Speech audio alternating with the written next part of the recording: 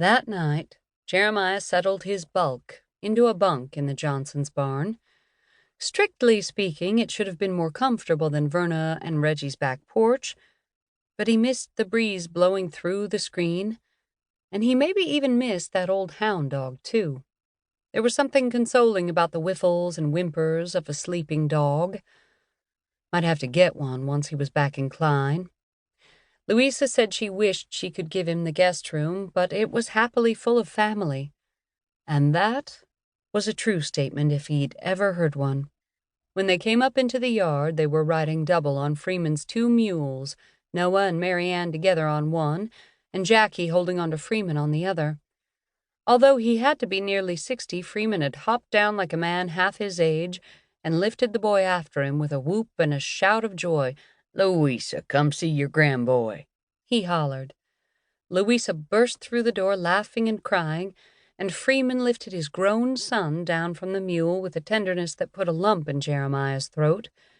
He'd offered to put up the mules, and Freeman slapped him on the back and shook his hand, saying thank you over and over again. Once he returned from the barn, the family was gathered around a table set with a lace tablecloth and rose-strewn china.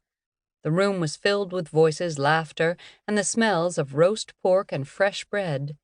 Even Gainey looked young and free in a way he'd not noticed before, and boy, did he notice it now, although since he was leaving he figured he'd better stop. They ate and talked and told stories, and Louisa had him tell the station master story all over again.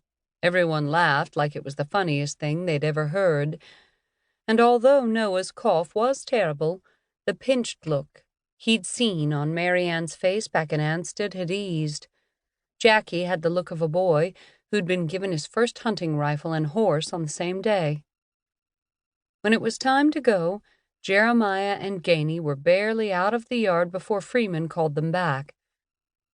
"I've got a bunk out there in the barn.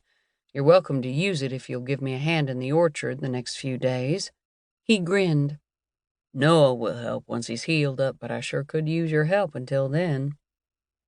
Jeremiah opened his mouth to say he was leaving in the morning, then glanced at Gainey and saw her expression tighten and her lips turn down, and just like that, his plans changed.